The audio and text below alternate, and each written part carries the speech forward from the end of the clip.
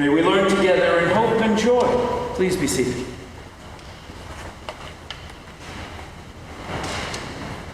I'd like to begin today by bragging about something, and this is going to be especially cruel for some of you to hear, and you might be tempted to be jealous of me.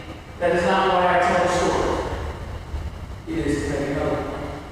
But let me tell you, friends, on Friday, I did not set an alarm. And I slept in all the way to 9 a.m. 9 a.m.!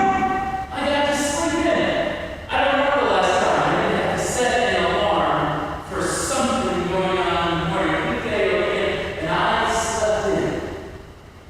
And it was glorious. Sort of. Because you might be getting too much of an insight into my psyche by me saying this, but my first thought upon rolling over and seeing that it was 9 o'clock in the morning was not to say, yay, I got to sleep in. It was to think, the day's over.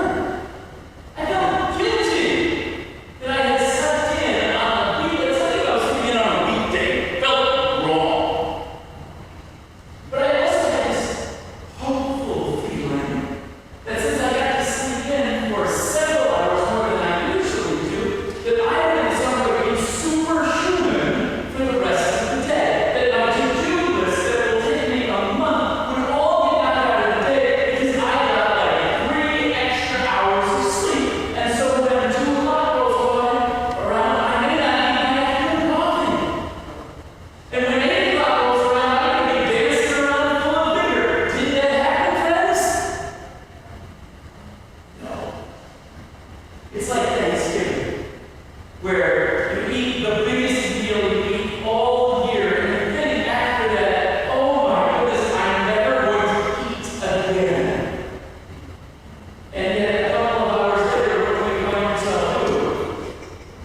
A little leftover turkey ever hurt anybody? Humans, we need to sleep, and we need to eat. And no one has, at least to this point, learned how to go without.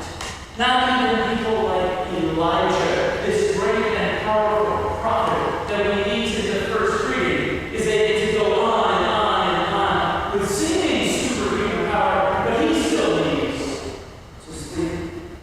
The story that we hear in our first reading is contextualized by him saying that he has just won a great victory in a showdown against the prophets of Baal on Mount Carmel. We'll call it Carmel because it sounds tastier. Oh, that was bad, right?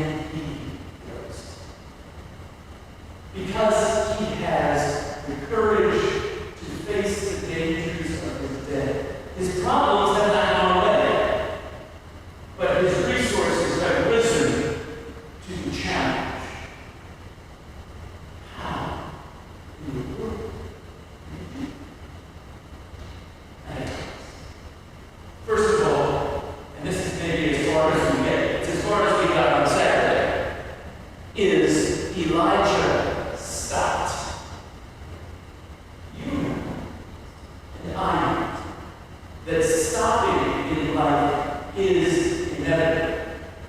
Some of you might be young enough to think that you can just run on and on and on and on and never hit a wall.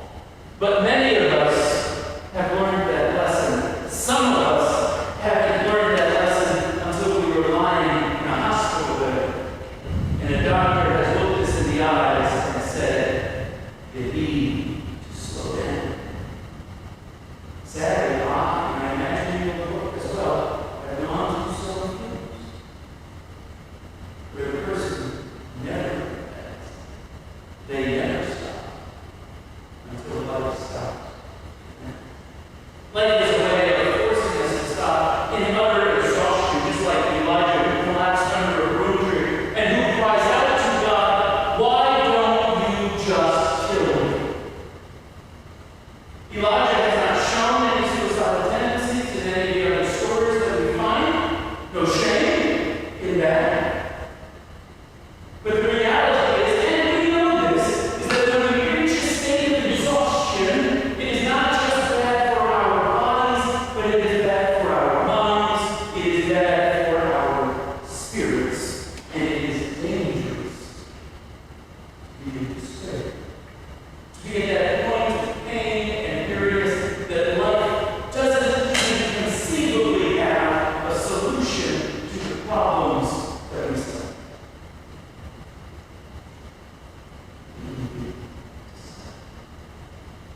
You, friends, need to stop. I sometimes need to stop. I listened to a press briefing this morning on my way to church. I listened to a press briefing about dropping 30,000-pound bombs on people to get you in the mood to worship the Lord. But I heard about all of the many fuelings that these planes had to go through. Planes can refuel every day. We see pictures of people running marathons or athlons where they're running or riding by, they grab something and they drink it and they squeeze something into their mouth. But we know it's not sustainable in anything sometimes. Because our culture supplements. Those who put their nose to the grindstone and work and work and work and fight through all of that, we say they're heroic. Sometimes, friends, we need to stop.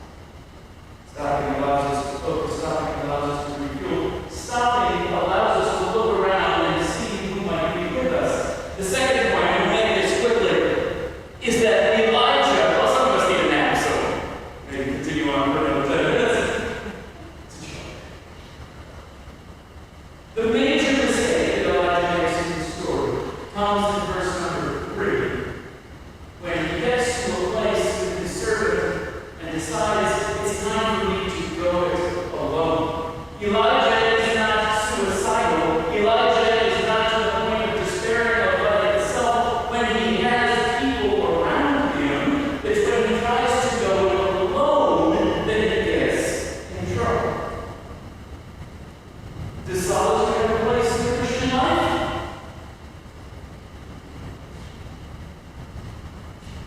Yes. But community sustains. Collaboration strengthens us and our mission. And perhaps the greatest shift for Elijah is when God reveals to him that he is not in fact alone, but there are 7,000 faithful people. You just don't see them, Elijah, because you went alone day to day. Not to be ableist, but open your eyes and see. And then, after stopping, after collaborating, what did Elijah do next? The Gospel according to vanilla